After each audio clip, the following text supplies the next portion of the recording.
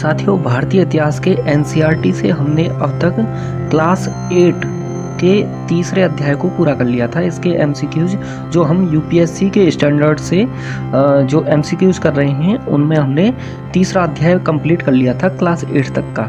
ठीक है, इसमें हम 6 से 12 तक की एनसीईआरटी देखने वाले हैं और धीरे धीरे छोटी छोटी क्लासों के माध्यम से आपके लिए हम विशेष रूप से महत्वपूर्ण जो भी टॉपिक हैं, जो भी अध्याय हैं, उनसे जिस प्रकार के क्वेश्चन पूछे जा सकते हैं या पूछे जाते रहते हैं उनको हम कंप्लीट करने वाले हैं और इसमें आपकी एनसीईआरटी भी कवर हो जाएगी। यहाँ पर साथ ही हम विस्तृत व्याख्या भी दे रहे हैं। अब यहाँ से अत्यंत महत्वपूर्ण जो टॉपिक है वो शुरू होता है। हमारा अगला टॉपिक क्या है? 1857 का विद्रोह शुरू होता है। ठीक है, तो यहाँ से जो भी क्वेश्चन बनने वाले हैं 1857 के विद्रोह से या उससे आगे आज़ादी तक हम आएंगे धीरे धीरे करके, तो उनमें जो भी क्वेश्चन बनने वाले हैं उन सबको देखेंगे। तो देखिए क्वेश्चन नंबर 4 यहाँ पर, क्योंकि इससे पहले हमने पिछली वीडियो में देख लिया था और वो वीडियो बीच में ब्रेक हो गया, इस कारण से यहाँ से आगे देखते हैं। 1857 के विद्रोह के केंद्रों और उनके नेताओं का कौन सा युग्म सही सुमेलित नहीं है? इसमें बताना है कि कानपुर नाना साहेब, लखनऊ बेगम हजरत महल, या फिर देखिए बिहार कुंवर सिंह, या ऑप्शन डी है बरेली से रानी लक्ष्मीबाई। तो कौन कहाँ से लड़े थे इसके विषय में बताना है और इसमें यह देखना है कि कौन सा ऑप्शन हमारा गलत है। तो स्पष्ट रूप से यहाँ पर पता चल रहा है कि जो है हमारी रानी लक्ष्मीबाई थी ये बरेली से न लड़के झांसी से लड़ी थी। ठीक है, झांसी बुंदेलखंड वाला जो क्षेत्र है वहाँ से रानी लक्ष्मीबाई ने आज़ादी की लड़ाई 1857 में लड़ी थी और बाकी जो अन्य 3 ऑप्शंस हैं वो बिल्कुल सही हैं। ठीक है, अब यहाँ पर विस्तृत व्याख्या देख लेते हैं। रानी लक्ष्मीबाई ने झांसी का नेतृत्व किया था। बरेली में विद्रोह का नेतृत्व खान बहादुर खान ने किया था। नाना साहब के साथ में तात्या टोपे ने कानपुर में कमान संभाली थी। यानी यहाँ पर कानपुर में नाना साहब और तात्या टोपे ने मिलकर के 1857 के विद्रोह में भाग लिया था। अगला क्वेश्चन है हमारा क्वेश्चन नंबर 5, उसे देख लेते हैं। देखिए 1857 के विद्रोह के बाद ब्रिटिश नीति में क्या बदलाव आया? ब्रिटिश नीति में जो बदलाव आए उनके विषय में क्वेश्चन पूछा गया है। देखिए हमारा जो पहला ऑप्शन है उसे देखिए, भारत का शासन ईस्ट इंडिया कंपनी से ब्रिटिश क्राउन को हस्तांतरित कर दिया गया, या फिर गवर्नर जनरल को वायसराय का पदनाम दिया गया, या फिर सेना में भारतीय सैनिकों का अनुपात बढ़ा दिया गया। इसमें ऑप्शन नंबर डी है ए और बी दोनों सही। तो इसका सही उत्तर कौन सा है? इसका सही उत्तर है ए और बी दोनों सही हैं, क्योंकि भारतीय जो शासन था उसमें ईस्ट इंडिया कंपनी से ब्रिटिश क्राउन को सत्ता हस्तांतरित कर दी गई थी। ठीक है, यानी ब्रिटेन की जो सत्ता थी या ब्रिटेन की जो सरकार थी उसने कंपनी के हाथ से भारत का जो नियंत्रण था वो छीन लिया था। ठीक है, ईस्ट इंडिया कंपनी के हाथ से वो नियंत्रण छीन लिया था। दूसरा, गवर्नर जनरल को वायसराय पदनाम से संबोधित किया गया या वायसराय के पदनाम से डिनोट किया गया, जाना गया। ठीक है, अब देखिए भारत सरकार अधिनियम 1858 के तहत कंपनी का शासन समाप्त हो गया और सेना में भारतीय सैनिकों का अनुपात घटा दिया गया। खासकर अवध और बिहार के सैनिकों की भर्ती कम कर दी गई। ठीक है, यानी उनकी जो संख्या थी अवध और बिहार के सैनिकों की वो कम कर दी गई। यूरोपीय सैनिकों की संख्या बढ़ा दी गई ताकि भविष्य में विद्रोह ना हो। ठीक है, इस अनुमान से या इस आशंका से, इस डर से कि भविष्य में भारतीय सैनिक विद्रोह ना कर दें, इसलिए यूरोपीय सैनिकों की संख्या बढ़ा दी गई और भारतीय सैनिकों की संख्या कम कर दी गई। आगे देखो हमारे अगले अध्याय 6 और 7 में शिक्षा और समाज सुधार के विषय में पढ़ाया गया है एनसीईआरटी में। तो देखिए इसमें क्या कहा गया है? क्वेश्चन कह रहा है वुड डिस्पैच, यानी वुड डिस्पैच 1854 का मुख्य उद्देश्य क्या था? भारत में केवल सांस्कृतिक शिक्षा को बढ़ावा देना, या संस्कृत शिक्षा को बढ़ावा देना, या भारत में पाश्चात्य शिक्षा यानी वेस्टर्न एजुकेशन को प्रसार करना, या फिर सती प्रथा पर रोक लगाना, या ऑप्शन डी है सेना का आधुनिकीकरण। आधुनिकीकरण मतलब मॉडर्नाइजेशन, ठीक है। उनमें नए नए प्रकार के बदलाव करना, नए नए प्रकार के हथियारों से सुसज्जित करना और नए नियम उनके ऊपर लागू करना। इनमें से कौन सा सही है? तो इसका सही उत्तर है ऑप्शन नंबर बी। देखिए, भारत में पाश्चात्य शिक्षा का प्रसार करना इसका सही उद्देश्य था। इसे भारतीय शिक्षा का मैग्ना कार्टा भी कहा जाता है। इसने प्राथमिक स्तर पर मातृभाषा और उच्च स्तर पर अंग्रेजी माध्यम की सिफारिश की। इसके बाद ही कलकत्ता, बम्बई और मद्रास में विश्वविद्यालयों की स्थापना की गई, ठीक है।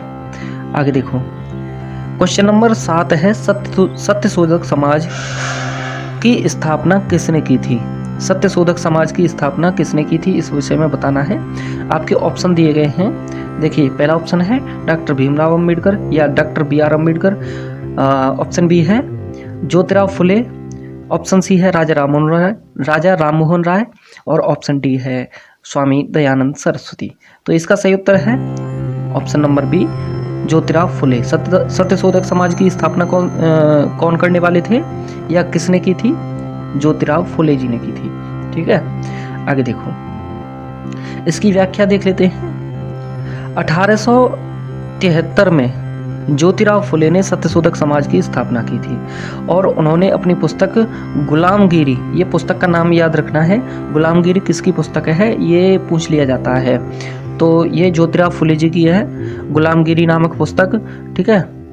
तो इस पुस्तक में जाति व्यवस्था और ब्राह्मणों के प्रभुत्व पर कड़ा प्रहार किया और उन्होंने महिलाओं और निम्न जातियों की शिक्षा के लिए पुणे में एक स्कूल खोला या स्कूल खोले, ठीक है, पुणे में स्कूल खोले।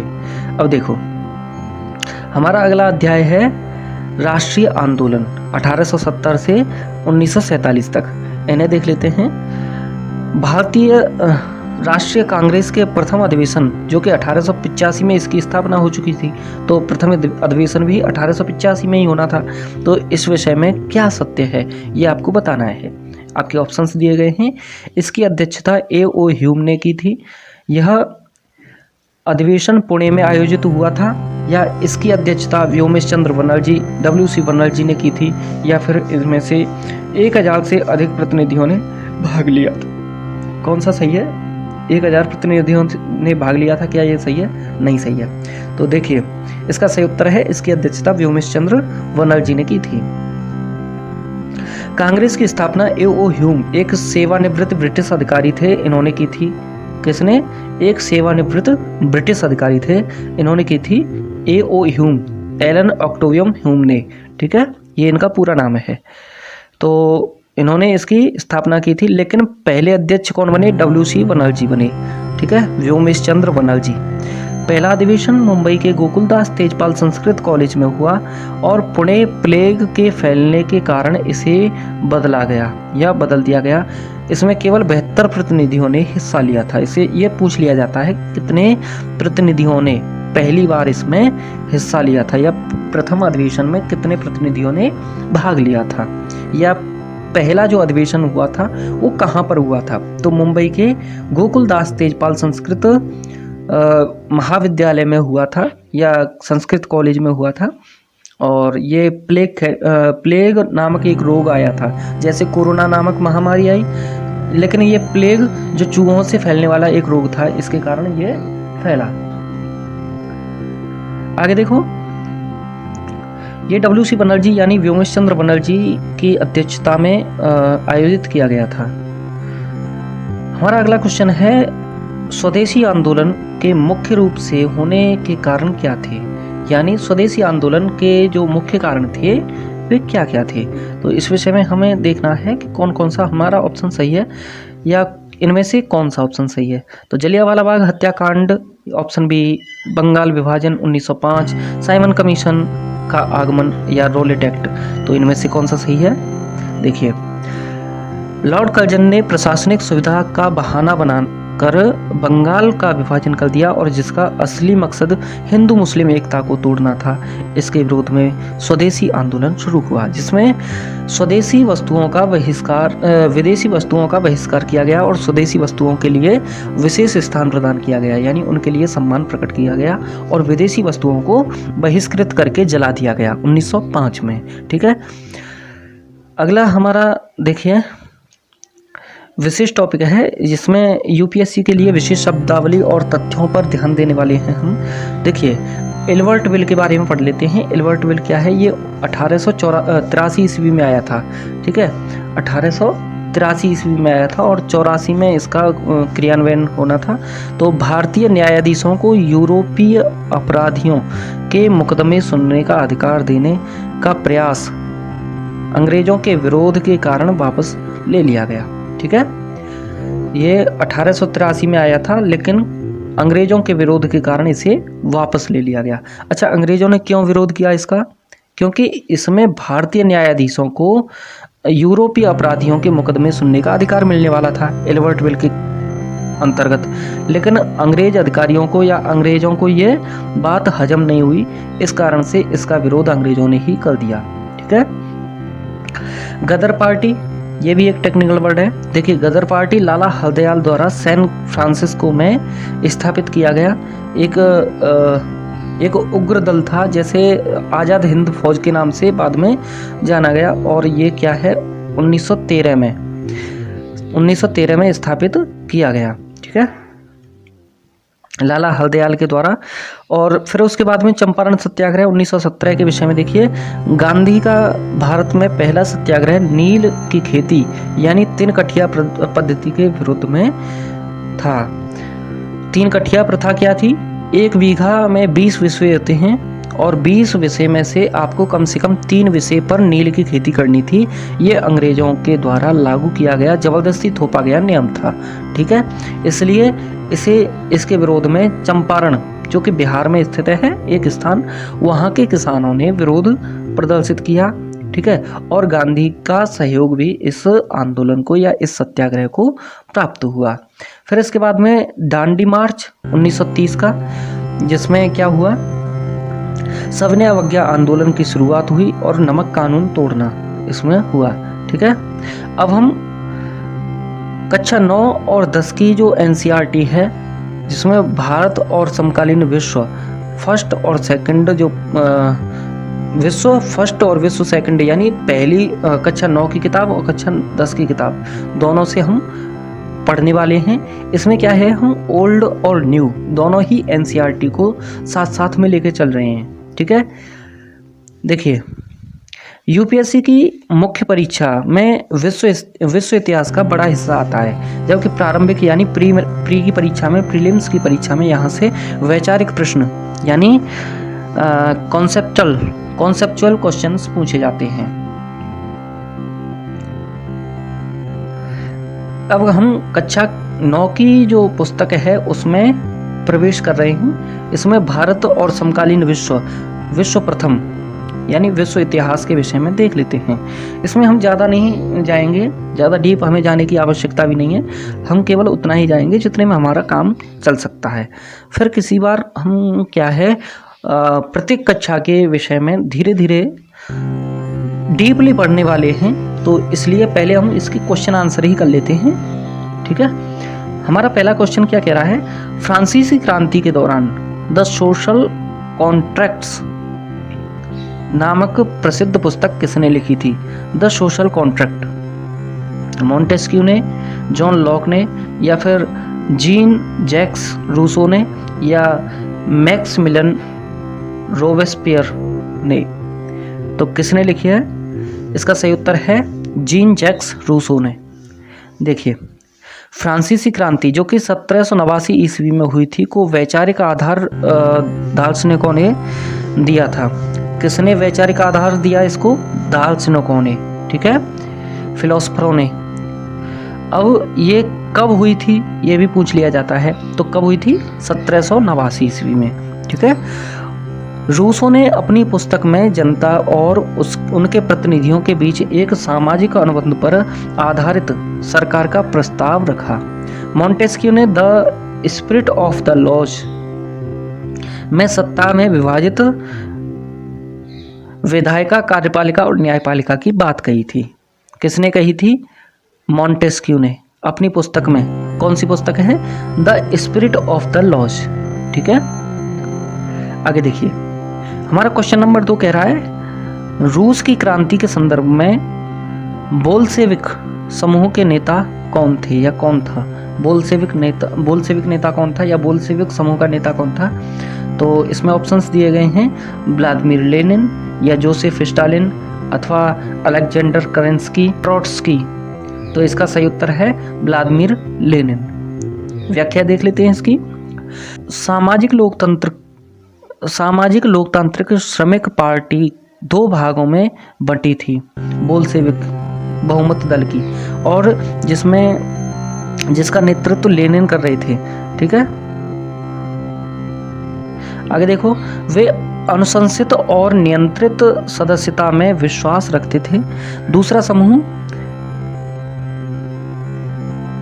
मंशेविक यानी अल्पमत वाला था। दूसरा जो समूह था, दूसरा जो ग्रुप था वह अल्पमत वाला था, उसका नाम क्या था? मंशेविक मतलब अल्पमत वाला।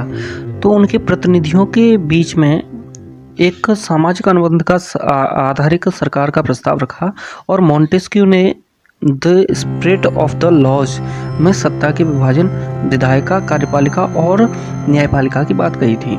आगे देखो, क्वेश्चन नंबर 2 क्या कह रहा है? रूस की क्रांति के संदर्भ में बोल्शेविक समूह का नेता कौन था? Vladimir Lenin, Joseph Stalin, Alexander Kerensky या लियोन ट्रोट्स्की। तो इसका सही उत्तर क्या होगा? इसका सही उत्तर है व्लादिमीर लेनिन। देखिए, रूसी सामाजिक लोकतांत्रिक श्रमिक पार्टी 2 भागों में बटी थी। बोल्शेविक कौन सी थी? जो बहुमत दल की थी और जिसका नेतृत्व लेनिन कर रहे थे। ठीक है, और वे अनुशासित और नियंत्रित सदस्यों में विश्वास रखते थे। दूसरा समूह था मेंशेविक, यानी एक बोल्शेविक और दूसरी मेंशेविक कौन सी थी? अल्पमत वाली जो पार्टी थी, और इसमें जो सभी सदस्यों की सदस्यता खुली रखने के पक्ष में था। लेनिन ने ही अप्रैल थीसिस का विचार दिया था। किसका विचार दिया था? अप्रैल थीसिस का विचार। अब हम कक्षा 10 की जो पुस्तक है भारत और समकालीन विश्व सेकंड, यानी राष्ट्रवाद और वैश्विक दुनिया, इसके विषय में पढ़ेंगे। इसमें कौन कौन से क्वेश्चन बन सकते हैं? देखिए, क्वेश्चन नंबर 3 क्या कह रहा है? इसमें देखिए, क्वेश्चन नंबर 3 कह रहा है 1928 में भारतीय साइमन कमीशन का विरोध किस मुख्य कारण से किया गया था? यानी साइमन कमीशन का जो विरोध हुआ था और गो बैक साइमन के नारे लगाए गए थे, भारतीय जनता के द्वारा काले झंडे दिखाए गए साइमन कमीशन को, तो वो क्यों दिखाए गए थे या क्यों इसका विरोध किया गया था 1928 में? तो इसका जो कारण दिया गया है ऑप्शंस में, वो ऑप्शन देख लीजिए। इनमें से कोई भी सदस्य भारतीय नहीं था या कोई भी भारतीय सदस्य शामिल नहीं था। ऑप्शन बी है, इसने भारत के लिए पूर्ण स्वराज की मांग को खारिज कर दिया था, या इसने नमक कर यानी साल्ट टैक्स को बढ़ाने का प्रस्ताव दिया था, अथवा इसके जो अध्यक्ष थे वे लॉर्ड इरविन थे। तो इनमें से कौन सा सही है ये आपको बताना है। आगे देखो, यह है, इनमें से एक भी भारतीय सदस्य नहीं था, इसलिए इसका विरोध किया गया था। जो सदस्य थे, 7 सदस्यीय जो कमेटी आई थी भारत के लिए, उसमें एक भी भारतीय सदस्य नहीं था, एक भी भारत का नागरिक नहीं था। ब्रिटिश सरकार ने भारत की संवैधानिक व्यवस्था की समीक्षा के लिए सर जॉन साइमन जो कि अध्यक्ष के रूप में यहाँ पर आए थे, उसे यहाँ पर भेजा गया था। और इनमें से सभी जो सदस्य थे, 7 सदस्य, वे अंग्रेज थे। कौन थे? अंग्रेज थे, जिसे भारतीयों ने अपना अपमान समझा और साइमन गो बैक के नारे लगाए। इस दौरान विरोध करते हुए लाला लाजपत राय पर लाठीचार्ज हुआ और उनकी मृत्यु हो गई। नेता के तौर पर उनका मारा जाना ये भारतीयों को बहुत बुरा लगा, इसलिए उन्होंने इसका विरोध किया। ठीक है, डॉक्टर बी आर अम्बेडकर और महात्मा गांधी के बीच पूना पैक्ट 1932 का मुख्य उद्देश्य क्या था? 1932 में पूना पैक्ट हुआ था, उसका मुख्य उद्देश्य क्या था ये आपको बताना है। और ये किस किस के मध्य में हुआ था? डॉक्टर भीमराव अम्बेडकर और गांधी के बीच में। देखिए, भारत को डोमिनियन स्टेटस दिलाना, दलितों के लिए अलग निर्वाचक मंडल यानी सेपरेट इलेक्टोरेट की मांग को समाप्त करना और आरक्षित सीटें देना, और ऑप्शन सी है सविनय अवज्ञा आंदोलन को रोकना, ऑप्शन डी है मुसलमानों के लिए अलग राज्य की मांग को स्वीकार करना। तो इसका सही उत्तर है ऑप्शन नंबर बी, दलितों के लिए अलग निर्वाचक मंडल की मांग को समाप्त कर आरक्षित सीटें देना। देखिए, ब्रिटिश प्रधानमंत्री मैकडोनाल्ड ने कम्युनल अवार्ड सांप्रदायिक पंचायत, जिसे हिंदी में जाना जाता है, सांप्रदायिक पंचायत की घोषणा की थी, जिससे हिंदू समाज बंट सकता था। गांधी ने अनशन के बाद में अंबेडकर के साथ समझौता किया, या अंबेडकर के साथ समझौता हुआ गांधी का, और जिसके तहत दलितों जो कि डिप्रेस्ड क्लास थे उनको प्रांतीय और केंद्रीय विधान परिषदों में आरक्षित सीटें दी गईं, लेकिन मतदान सामान्य निर्वाचन क्षेत्र में ही होना तय हुआ।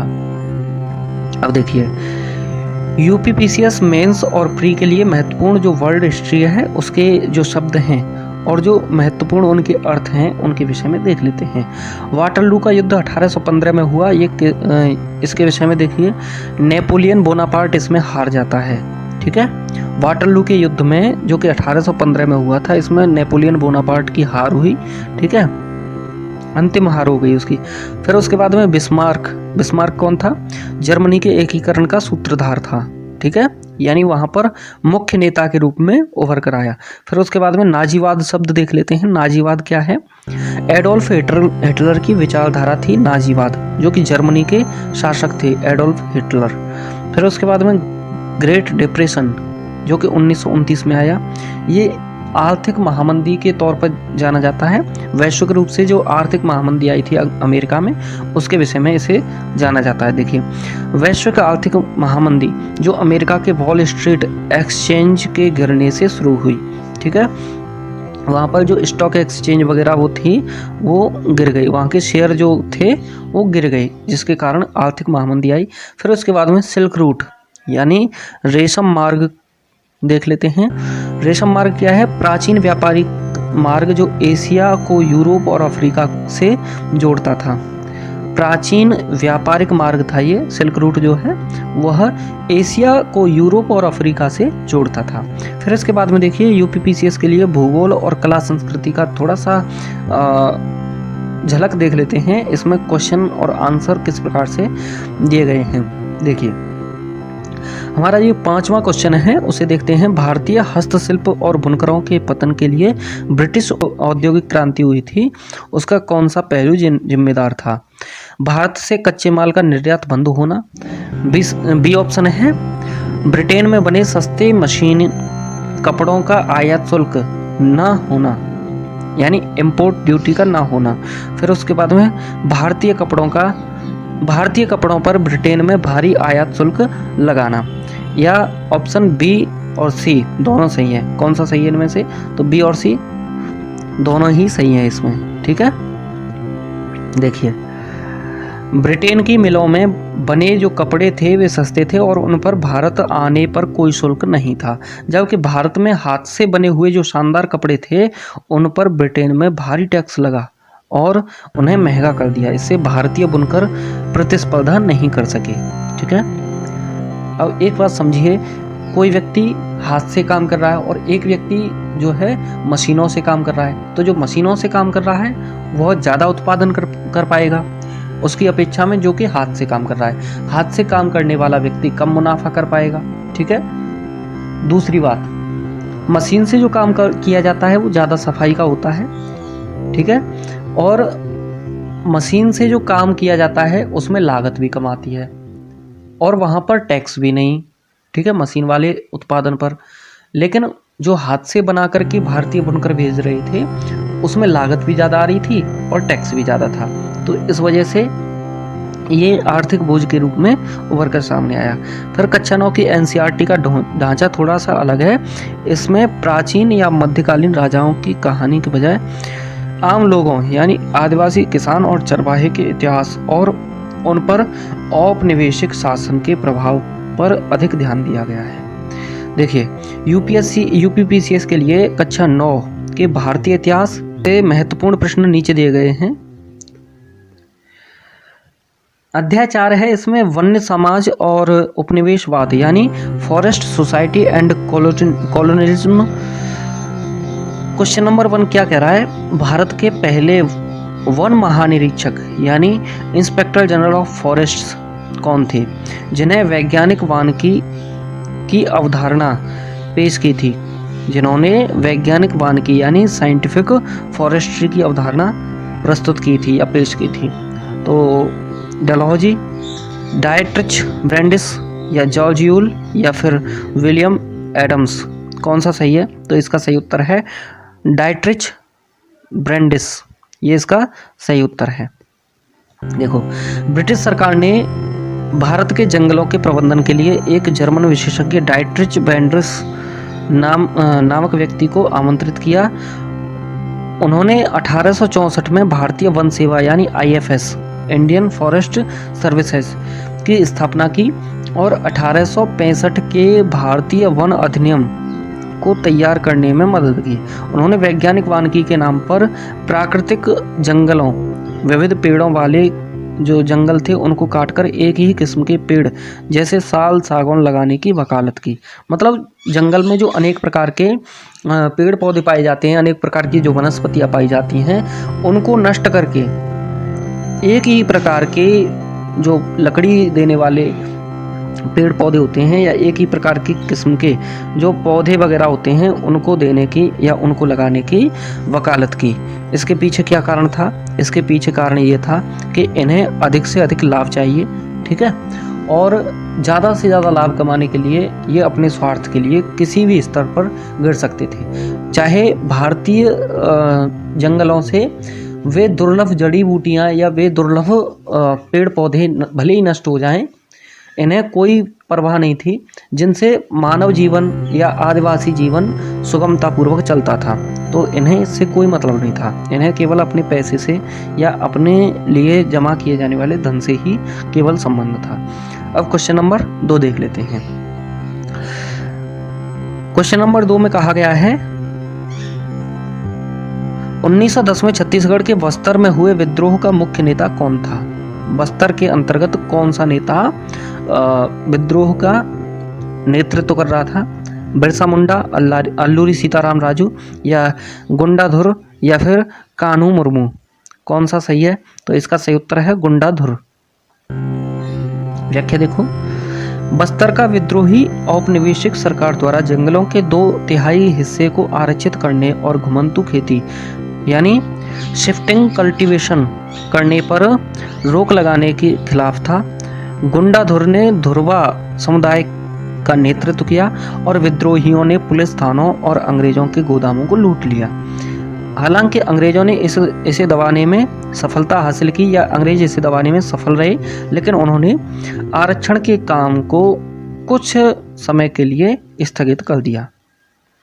हमारा अगला क्वेश्चन है, औपनिवेशिक शासन के दौरान लागू वन अधिनियम यानी फॉरेस्ट एक्ट को जंगलों को किन श्रेणियों में विभाजित किया गया था?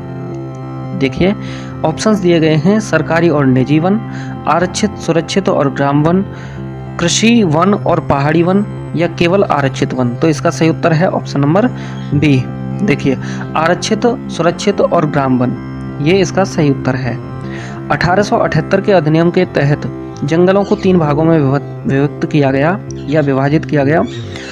आरक्षित वन यानी रिजर्व्ड फॉरेस्ट्स, ये सबसे अच्छे जंगल थे, ग्रामीणों को यहाँ से अपने उपयोग के लिए कुछ भी लेने की अनुमति नहीं थी। सुरक्षित वन यानी प्रोटेक्टेड फॉरेस्ट्स, यहाँ कुछ शर्तों के साथ ही लकड़ी लेने की अनुमति थी।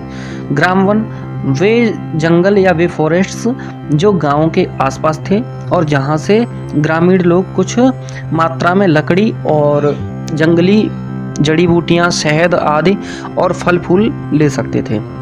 अगला जो हमारा अध्याय है, अध्याय नंबर 5, उसे देख लेते हैं, आधुनिक विश्व में चरवाहे। देखिए, जम्मू कश्मीर के उन चरवाहों को क्या कहा जाता है जो मुख्य रूप से बकरियां और भेड़ पालते हैं और सर्दियों में शिवालिक की पहाड़ियों में आ जाते हैं? गद्दी, बंजारा, गुज्जर बकरवाल या रायका? तो इसका सही उत्तर है गुज्जर बकरवाल। देखिए, गुज्जर बकरवाल जो होते हैं वे महान हिमालय की चोटियों और शिवालिक पहाड़ियों के बीच ऋतु प्रवास करते हैं। ऋतु प्रवास मतलब वे क्या है कि एक स्थान से दूसरे स्थान पर निवास करने के लिए कुछ समय के लिए वहाँ पर चले जाते हैं। ठीक है, ये ट्रांस ह्यूमन्स कहलाते हैं। और सर्दियों में वे निचली पहाड़ियों यानी शिवालिक में चरागाहों की तलाश में आते हैं और गर्मियों में फिर बर्फ पिघलने पर वापस ऊंचे पहाड़ों, जिन्हें बुग्याल कहा जाता है, उनकी ओर चले जाते हैं। क्वेश्चन नंबर 5 देखिए, ब्रिटिश सरकार द्वारा 1871 ईस्वी में पारित आपराधिक जनजाति अधिनियम यानी क्रिमिनल ट्राइब्स एक्ट का चरवाहों पर क्या प्रभाव पड़ा? क्रिमिनल ट्राइब्स एक्ट का चरवाहों पर क्या प्रभाव पड़ा? तो देखिए, ऑप्शंस दिए गए हैं। उन्हें सेना में भर्ती होने के लिए मौका मिला, या कई समुदायों को जन्म से अपराधी घोषित कर दिया गया और उनकी आवाजाही प्रतिबंधित कर दी गई, या ऑप्शन सी है उन्हें विशेष कृषि भूमि प्रदान किया गया या भूमि प्रदान की गई, या ऑप्शन डी है उनके पशुओं पर जो कर था वह कम कर दिया गया। ठीक है, तो इसका सही उत्तर है ऑप्शन नंबर बी।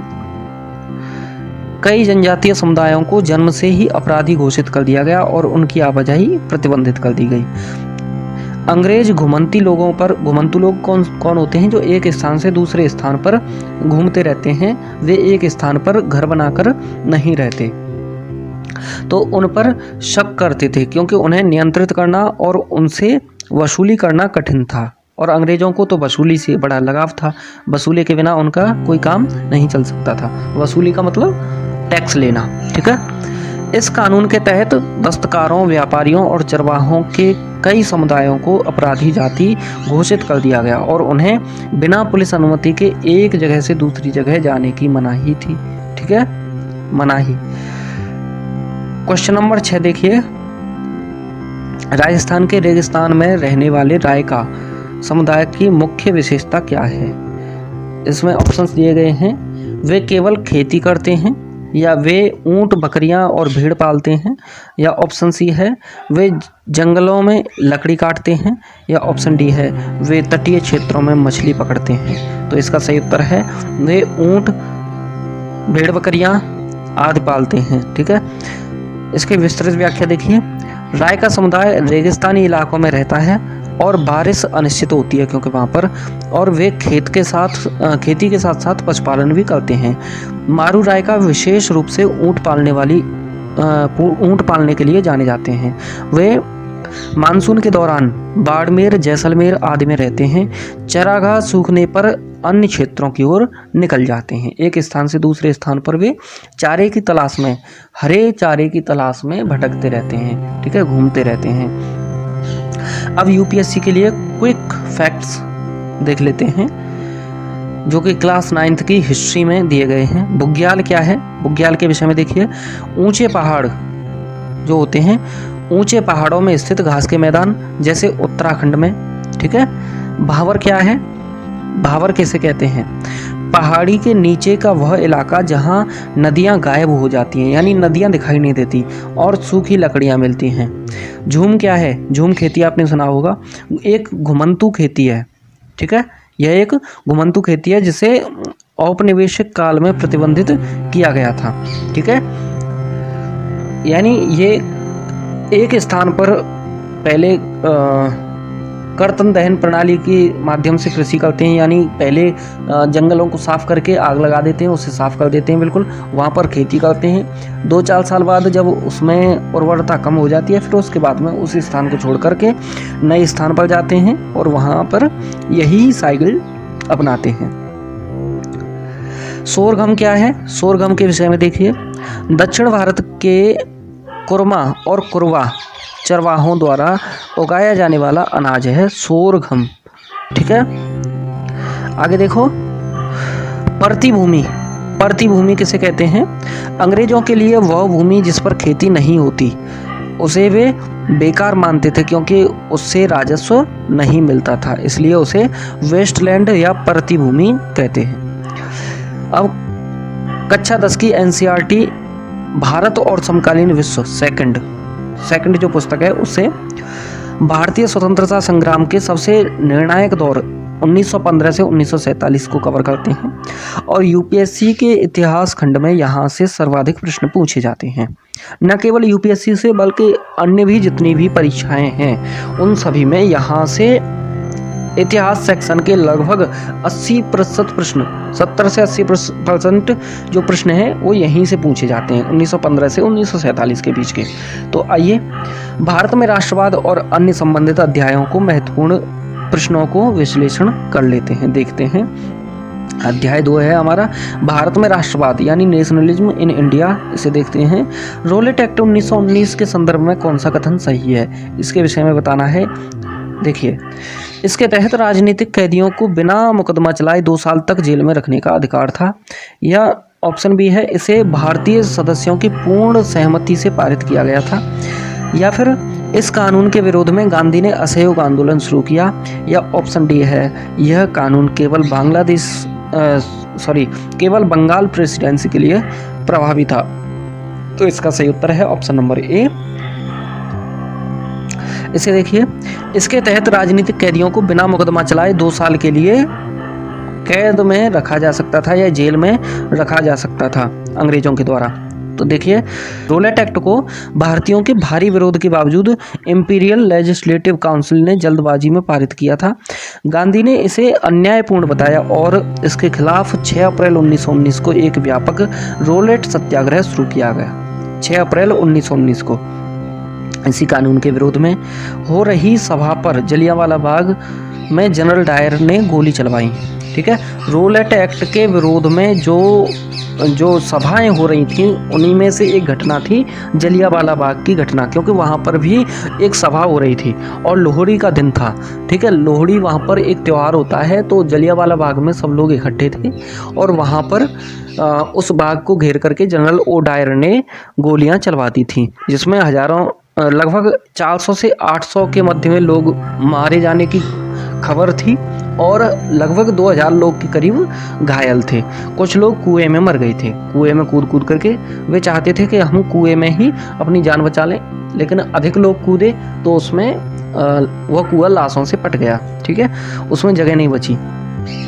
अगला क्वेश्चन है, असहयोग आंदोलन यानी नॉन कोऑपरेशन मूवमेंट को स्थगित करने का मुख्य कारण क्या था? देखिए, गांधी की गिरफ्तारी, चौरा-चौरी की हिंसक घटना या कांग्रेस के भीतर आंतरिक मतभेद या द्वितीय विश्व युद्ध की शुरुआत। तो कौन सा सही है? देखिए, इसका सही उत्तर है ऑप्शन नंबर बी, चौरा-चौरी की हिंसक घटना। देखिए, फरवरी 1922 को गोरखपुर उत्तर प्रदेश के चौरा-चौरी एक स्थान का नाम है, गांव का नाम था।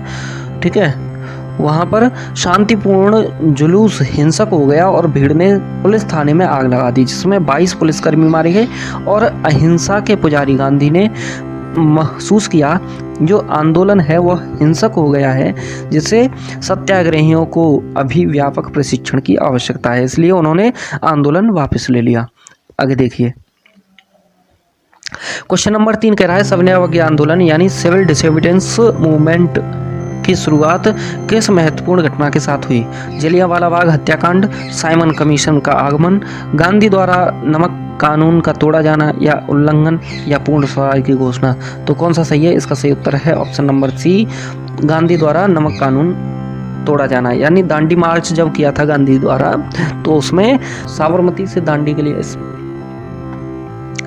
तो 12 मार्च 1930 को गांधी ने अपने 78 स्वयं सेवकों जो सहयोगी थे उनके साथ में साबरमती आश्रम से दांडी तक 240 मील की यात्रा शुरू की। 240 गुणा 1600 मीटर, इससे गुणा कर देंगे 240 मील में तो आपको मीटर पता चल जाएंगे। ठीक है, और फिर उसमें 1000 से भाग दे देना या फिर 1.6 से इसमें गुणा कर देना तो 1 किलोमीटर पता चल जाएंगे इसके। इतनी दूरी तय की। तो 6 अप्रैल को उन्होंने दांडी पहुंचकर समुद्र का पानी उबाल कर नमक बनाया। के इटली में भर के, ठीक है, और ब्रिटिश कानून को चुनौती दी। नमक को आंदोलन का प्रतीक बनाया, इसलिए चुना गया क्योंकि यह अमीर और गरीब दोनों के लिए बुनियादी ज़रूरत था, ठीक है। अमीर और गरीब दोनों को ही नमक की आवश्यकता होती है, इसलिए उन्होंने नमक को ही चुना। सरकार का इस पर एकाधिकार अन्यायपूर्ण नियंत्रण था, ठीक है। अब अध्याय नंबर 3 देख लेते हैं, भूमंडलीकृत विश्व का बनना, the making of the global world.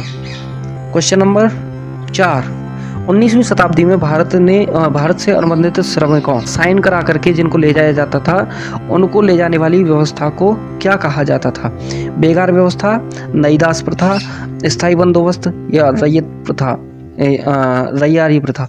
तो इसका सही उत्तर है नई दास प्रथा, new system of slavery. Question का जो सही उत्तर है वो नई दास प्रथा है। अब इसकी व्याख्या देख लेते हैं। 19वीं सदी में भारत, विशेषकर पूर्वी उत्तर प्रदेश और बिहार से लाखों मजदूरों को फिजी, गुयाना, त्रिनिदाद और मॉरिशस के बागानों में काम करने के लिए ले जाया जाता था और इन मजदूरों को गिरमिटिया मजदूर कहा जाता था। आपसे क्वेश्चन पूछ सकता है कि गिरमिटिया मजदूर किसे कहा जाता है या गिरमिटिया क्या है, ठीक है। तो जो बंधक होते थे मजदूर जो यहाँ से ले जाए जाते थे, उसके विषय में ये बताया जाता है। जो एग्रीमेंट शब्द का अपभ्रंश है, गिरमिटिया एग्रीमेंट का ही अपभ्रंश है और उनकी स्थिति बहुत दयनीय थी, जिसके कारण वे नई दास प्रथा के नाम से इसे जानते हैं, ठीक है। मित्रों, हमारा अगला अध्याय है मुद्रण संस्कृति और आधुनिक दुनिया, प्रिंट कल्चर। देखिए क्वेश्चन नंबर 5 क्या कह रहा है? वर्नाकुलर प्रेस एक्ट जो 1878 ईस्वी में आया था, उसे किसके द्वारा और क्यों लागू किया गया? रिपन के द्वारा प्रेस की स्वतंत्रता के लिए, लेटन के द्वारा भारतीय भाषाओं के समाचार पत्रों पर अंकुश लगाने के लिए, डलहौजी द्वारा डाक व्यवस्था के लिए या कल्जन द्वारा बंगाल विभाजन का समर्थन करने के लिए। तो इसका सही उत्तर है ऑप्शन नंबर बी। लेटन द्वारा भारतीय भाषाओं के समाचार पत्रों पर अंकुश लगाने के लिए यह वर्नाकुलर प्रेस एक्ट लाया गया था। देखिए 1857 के विद्रोह के बाद प्रेस की भूमिका बढ़ गई। प्रेस मतलब जहाँ पर प्रिंटिंग का कार्य किया जाता था, जहाँ पर अखबार छपते थे, जहाँ पर मैगजीन छापी जाती थी, ठीक है, तो उनकी भूमिका बढ़ गई। ब्रिटिश सरकार ने देशी भाषाओं के अखबारों को छापने वाली राजद्रोही खबरों को रोकने के लिए यह कानून बनाया। यह कानून आयरिश प्रेस कानून पर आधारित था। आयरलैंड की जो प्रेस कानून था उस पर आधारित था ये। और यदि कोई अखबार चेतावनी के बाद भी सरकार के विरोधी खबरें छापता था तो उसकी प्रिंटिंग मशीन जब्त कर ली जाती थी। सांस्कृतिक राष्ट्रवाद और सामूहिक अपनेपन का भाव। सामूहिक अपनेपन का भाव देखिए, भारत माता की जो पहली छवि थी उसे किसने चित्रित किया था? रविन्द्रनाथ टैगोर ने, बंकिम चंद्र चट्टोपाध्याय ने, अवनींद्रनाथ टैगोर ने या राजा रवि वर्मा ने? तो इसका सही उत्तर है अवनींद्रनाथ टैगोर ने। राष्ट्रवाद को एक दृश्य रूप देने के लिए अवनींद्रनाथ टैगोर ने 1905 ईस्वी में भारत माता की विख्यात छवि बनाई, जिसमें इस पेंटिंग में भारत माता को एक सन्यासिनी के रूप में दिखाया गया था। यह पूछा जा सकता है कि किस प्रकार से दिखाया गया था। तो सन्यासिनी के रूप में दिखाया गया था। और कब दिखाया गया? 1905 में। किसके द्वारा? अवनींद्रनाथ टैगोर के द्वारा। फिर उसके बाद में देखिए, जो शांत, गंभीर और आध्यात्मिक थी, ठीक है, शांत, गंभीर और आध्यात्मिक थी। इससे पहले बंकिम चंद्र चट्टोपाध्याय ने आनंद मठ में वंदे मातरम गीत लिखकर मातृभूमि की स्तुति की थी। तो फिलहाल हमारा जो है ये PDF यहीं पर पूरा होता है। इससे आगे कक्षा 11 और 12 की जो पुस्तकें हैं उनका हम अध्ययन करके आपके लिए नया PDF प्रोवाइड करेंगे और उसमें इससे भी उच्च स्तर के क्वेश्चन आएंगे। ठीक है, UPSC, UPPCS और समीक्षा अधिकारी के लिए इसी प्रकार के क्वेश्चनों की आवश्यकता होती है प्रीलिम्स के लिए। ठीक है, इससे भी उच्च कोटि की व्याख्या, उच्च कोटि के प्रश्न आपके समक्ष हम प्रस्तुत करेंगे अगली कक्षा में। ठीक है, तो इसलिए यदि आप हमारी वीडियो में नए हैं तो हमारी इस वीडियो को लाइक कीजिए, सब्सक्राइब कीजिए हमारे चैनल को, ताकि आपके पास में प्रत्येक नोटिफिकेशन आता रहे। इसलिए बेल आइकन दबाना ना भूलें और इसके साथ ही आप अपने मित्रों के साथ में शेयर करना ना भूलें। ठीक है, साथ ही यदि आप कुछ भी इसमें सुधार की मांग करते हैं तो उसके लिए आप कमेंट बॉक्स में कमेंट छोड़ना ना भूलें। फिलहाल इतना ही। आपने अपना कीमती समय पढ़ाई में दिया, इसके लिए बहुत बहुत धन्यवाद। जय हिंद, नमस्कार।